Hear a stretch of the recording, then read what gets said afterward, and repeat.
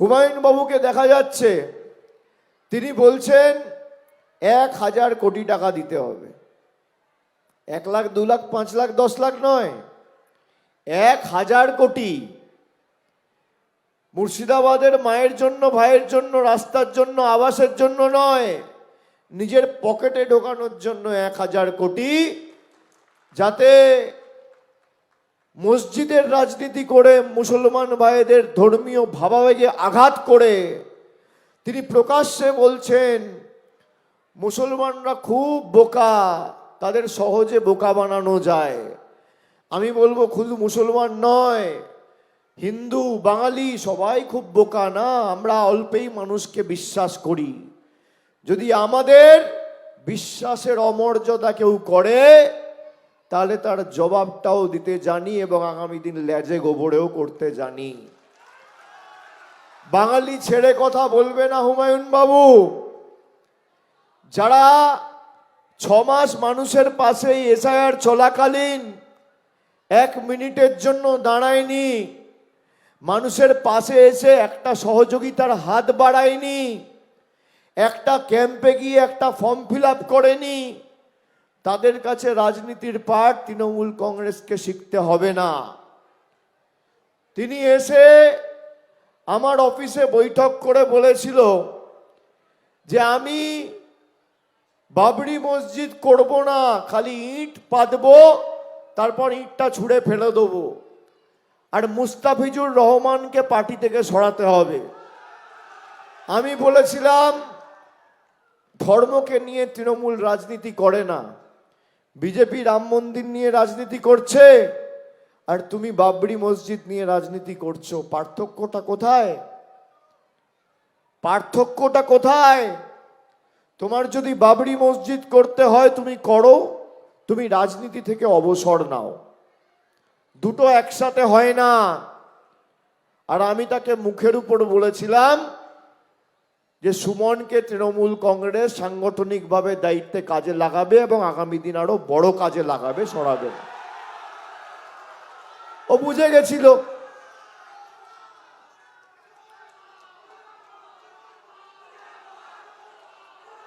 একইভাবে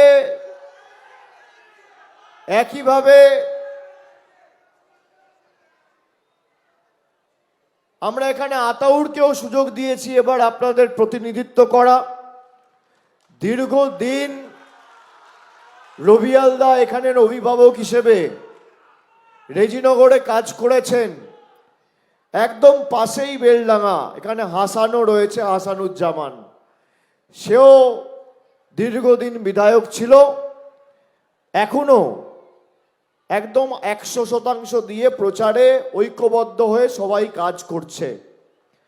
আগামীর লড়াই বিজেপি কংগ্রেস মিম ডিম জুপ ঝুপ যত 2 নম্বরই বিটিমগুলো পড়ে রয়েছে ঝেঁটিয়ে বিদায় করে মুর্শিদাবাদে তৃণমূলের শক্ত ঘাঁটি হিসেবে আবার এই মুর্শিদাবাদ জেলাকে প্রতিষ্ঠিত করে 4র্থবার মামাটি মানুষ সরকারের ক্ষেত্রে আপনাদের সকলকে অগ্রণী ভূমিকা নিতে হবে। আর আমি কথা দিয়ে যাচ্ছি যে ভালোবাসার ঋণে আপনারা সকলে আমাকে আবদ্ধ করেছেন, ভরতপুর, রেজিনগর, বেলডাঙ্গা, কাঁদি, রানীনগর, হরিহরপাড়া, যেখান থেকে আজকে মায়েরা দেখছেন, শুনছেন, সমাজ মাধ্যমে দেখছেন, 22টা আসনের উন্নয়নের দায়িত্ব দায়ভার আমি আমার কাঁধে তুলে নিয়ে যাচ্ছি। উন্নয়নের মাধ্যমে এই ভালোবাসার ঋণ পরিশোধ করব। এখানে 2024 সালে ভরতপুরে 7 কোটি টাকা খরচ করে আইটিআই কলেজ করেছে আমাদের সরকার। 20 শয্যার ভরতপুর হাসপাতাল নির্মাণ করা হয়েছে। ভরতপুর তালগ্রাম রোড 9 কোটি টাকা খরচ করে দীর্ঘ 5 কিলোমিটার রাস্তা তৈরি করা হয়েছে। আলুগ্রাম হয়ে অঙ্গরপুর মদনপুর কানেক্ট করার যে রাস্তা 4 কিলোমিটার রাস্তা 5 কোটি টাকা খরচ করে আমাদের সরকার করেছে। ৮৬ লক্ষ টাকা খরচ করে তালগ্রামে কমিউনিটি হল হয়েছে। একাধিক এলাকায় সালার, সালু, তেনিয়া, বৈদ্যপুর জেলা পরিষদ থেকে আমাদের জেলা পরিষদের মেম্বাররা সুমন সহ প্রায় ৬ কোটি টাকা খরচ করে রাস্তাঘাটের কাজ হয়েছে।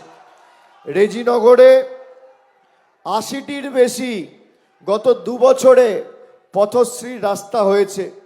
বেলডাঙ্গা ২ পূর্ব ব্লকে স্বাস্থ্যকেন্দ্র হয়েছে। রেজিনগরে বাংলা আবাস যোজনায় ১০,০০০ গরিব মায়েরা, ভাইয়েরা, পরিবারের সদস্যরা রাজ্য সরকারের মারফত গত ২ বছরে বাংলার বাড়িতে ১,২০,০০০ টাকা করে পেয়েছেন। ভরতপুর বিধানসভায় ১০,৪৫১ জন বাংলায় বাড়ি পেয়েছেন। লক্ষ্মীর ভাণ্ডার মায়েরা আছেন, রেজিনগরে পেয়েছেন ৯৩,০০০ আর ভরতপুরে পেয়েছেন ৯১,০০০, এখনো পাচ্ছেন। খাদ্যসাথী এখানে রেজিনগরের ক্ষেত্রে ৩,৫৬,০০০ গরিব ভাইয়েরা, মায়েরা প্রত্যেকে বিনামূল্যে প্রতি মাসে রেশন পেয়েছেন, এখনো পাচ্ছেন। আর ভরতপুরের ক্ষেত্রে ৩,৯৪,০০০ জন খাদ্যসাথীতে এখনো উপকৃত হয়ে চলেছেন। কৃষক বন্ধু রেজিনগরে ৪৮,০০০ আর ভরতপুরে ৬৭,০০০ জন আর্থিক সাহায্য পেয়েছেন। এবার আসি যুবসাথী, ১৯,০০০ জন রেজিনগরে যুবসাথীতে ১৫০০ টাকা পেয়েছেন। আর ভরতপুরে ২৫,০০০ জন ইতিমধ্যেই যুবসাথীতে ১৫০০ টাকা করে পেয়েছেন। যারা পাওনি, শোনো আমার কথা, যারা পাওনি, নির্বাচনী বিধি চলার কারণে নতুন করে কোনো ফর্ম জমা নেওয়া হচ্ছে না ১৬ তারিখের পর থেকে। ৪ তারিখ ৪ঠা মে ফল ঘোষণা হবে, ফর্ম ফিল আপ করবে। যারা মার্চ এপ্রিল পাওনি তারা মেতে টাকা পাবে। ২১ থেকে ৪০-এর মধ্যে যারা রয়েছেন মাধ্যমিক পাস, কর্মসংস্থানের সুযোগ হয়নি, যুবসাথীর ফর্ম ফিল আপ করবেন। মুর্শিদাবাদ জেলায় এখনো পর্যন্ত ৫,৫৭,০০০ যুবক যুবতী যুবসাথী পেয়েছে।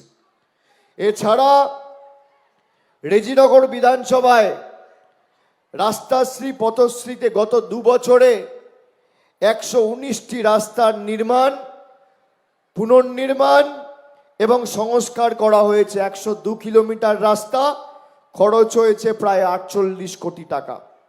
আর ভরতপুরে পথশ্রী ৩-৪-এ প্রায় ৯০টি রাস্তা তৈরি করা হয়েছে, সংস্কার করা হয়েছে।